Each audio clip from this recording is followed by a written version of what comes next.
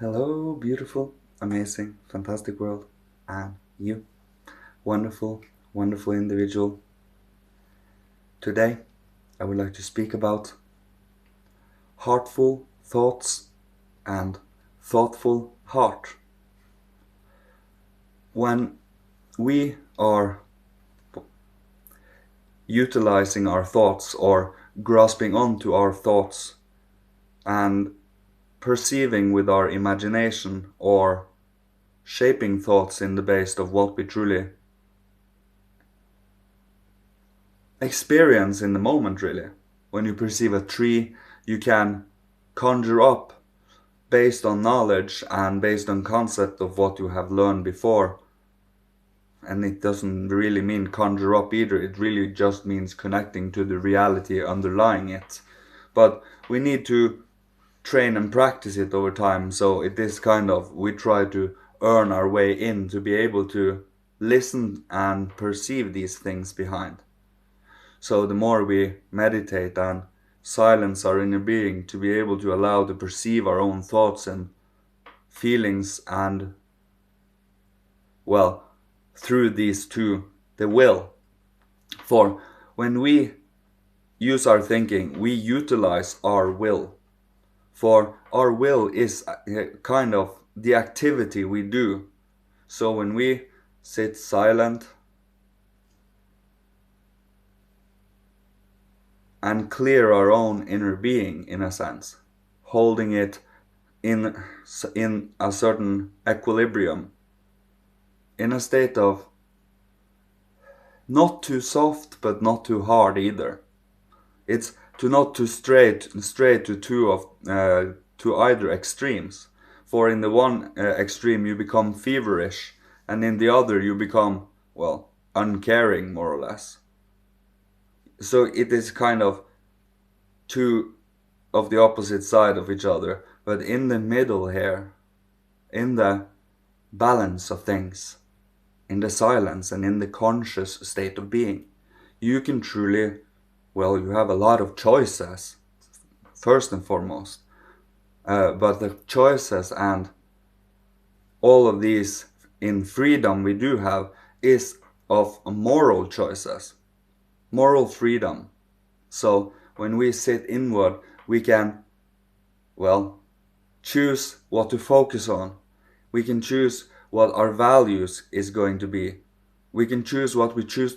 We can choose what we should follow moving forward, and we can choose a lot of things to reflect on the past, to be present in the moment, to look forward into the future, and to as far into the future as possible, as many lifetimes as possible. For to be aware that you have come from many lifetimes and we are going to go through many more lifetimes. For we are developing and growing. I always use these words, but they are the best words to use, soul and spirit wise, for many lifetimes. And we do change bodies from lifetime to lifetime, but our soul and spirit deepens and expands and become more conscious of its existence. For the more conscious we truly become of our more soul spiritual existence in our body, what our body is built up by, truly finding out the many different functions and not the material functions, not the nerve functions or any of these, the spiritual activities behind the physical results of them.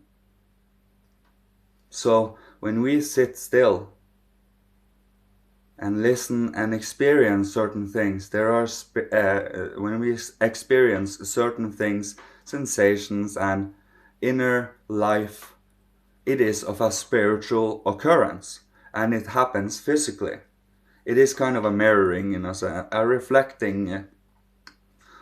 We are an extension of the spiritual world. The physical world is kind of an entrance into the spiritual world, for the spiritual world is building up this whole physical existence.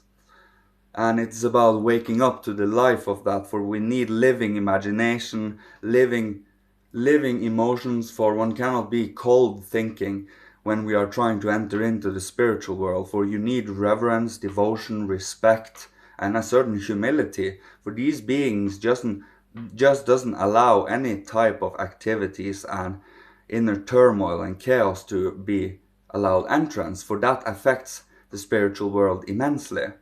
It is all about gently and consistently growing into this, for we are slowly but surely given inspiration from the higher realms. As long as we show consistency in things, when we are ready to receive new knowledge, new experiences, and more growth, for sometimes it is more slow and steady, other times you experience shaking, more shaking or intense, or, well, and that can be both the pleasant or the unpleasant kind.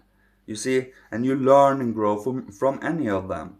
But it is all about truly having faith that you will always overcome whatever is thrown at you.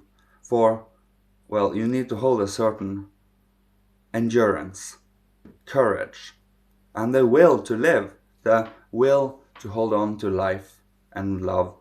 For love softens up, but it must be love rooted in knowledge. It must be love that truly has been enlightened by wisdom and knowledge and study and discipline and practice. And the heart needs to be at the center of it, for there is where the Christ is. The Christ is emanating this love, this compassion. He did, after all, come down karma-free, sin-free. And he died the same. And he didn't have to suffer all that pain, but he did, for all of us. And he, well, I just feel that deep love for not only his teachings, but also his deed, his action, and the love for us. And that is where the warmth, he feels like a warm blanket.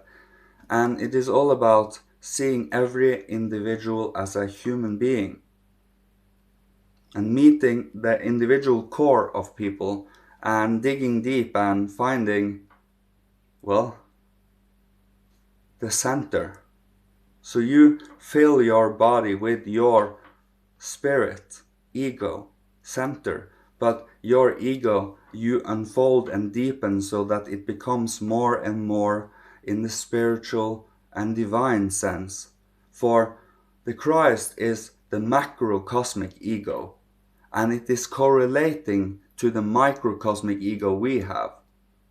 And the more and more we become like him, the more our ego grows and deepens, so we can truly see everything for what it is in its most divine sense. And also holding a certain inner strength towards the good, through the good and the beautiful, for we need to hold a certain passive resistance to the darkness, and we do transform it within oneself and not running away from it. For one needs to go inwards and master oneself in order to develop and to prepare oneself for the next lifetime. And also, well, our true goal is not to become deathless. Our true goal is to become birthless. And that changes the whole goal and the whole aspiration in a sense. We, in life, try to create, well, we prepare kind of both for the afterlife, for the gate of death, and for the next lifetime. And we have faith that that is the case. So, I think I will leave you with this today. May Father, Holy Spirit, Christ, my God, ancient masters of old, ancestors from every incarnation, and bless, protect, guide, and love you. And may the Godhead, Seraphim, Cherubim, Thrones, Kyriadetes, Dynamis, Exousiae, Archai, Archangels, and Angels provide you with everything you need to survive, live, and thrive, and be creative and inspirational and loving and kind and gentle and soft, but also a certain hardness. It is about knowing that you are capable of far more than one-sidedness. It is about truly being a real spiritual being in a physical body, like water, air, and fire in a physical body. So you are more malleable in your inner world than we give ourselves credit for. But we need to truly practice it and come out of the habits and repetitions we constantly live in. One needs to take a time to go outside of that for a moment and allowing oneself in certain new thinking and new feeling. But it is about holding balance and holding fast to certain forces that you are protected. For you will not bend on certain principles or morals. For it is all about the soul and spirit here. So it's no joke in that regard. One do not play with it in a sense. Unless you, of course, are gambling with your own being. And should you do that? No, I don't think you should. Stick away from that. No, hold yourself to as pure and clean and ennobling our being over time. For it takes time. We are not infallible, we are not perfect, we have flaws, we have karma. So we need just realizing that and truly coming into one's own strengths and weaknesses. By realizing one's own weaknesses brings strength, for it is all about finding out about one's own being and oneself and the human being and the individual and the group, and there are many mysteries underlying these things that is both interesting and also concerning, but also hopeful. But it is all about what do you stand for? What forces do you cooperate with? The hopeful, loving, healing, gentle, progressive forces that is under the Christ, the Sun, here in the heart, the Sun heart, Or do you follow, complaints, anger, hatred, disdain, all of these feelings, they are feelings of wrath, feelings of, it is not balance, but holding strong to a certain feeling of absorbing. So every single feeling of pain and such, we sit with and transform instead of directing it anywhere. That is taking on something, and it can be transformed by sitting with it, and do not put any opinion or connotation to it.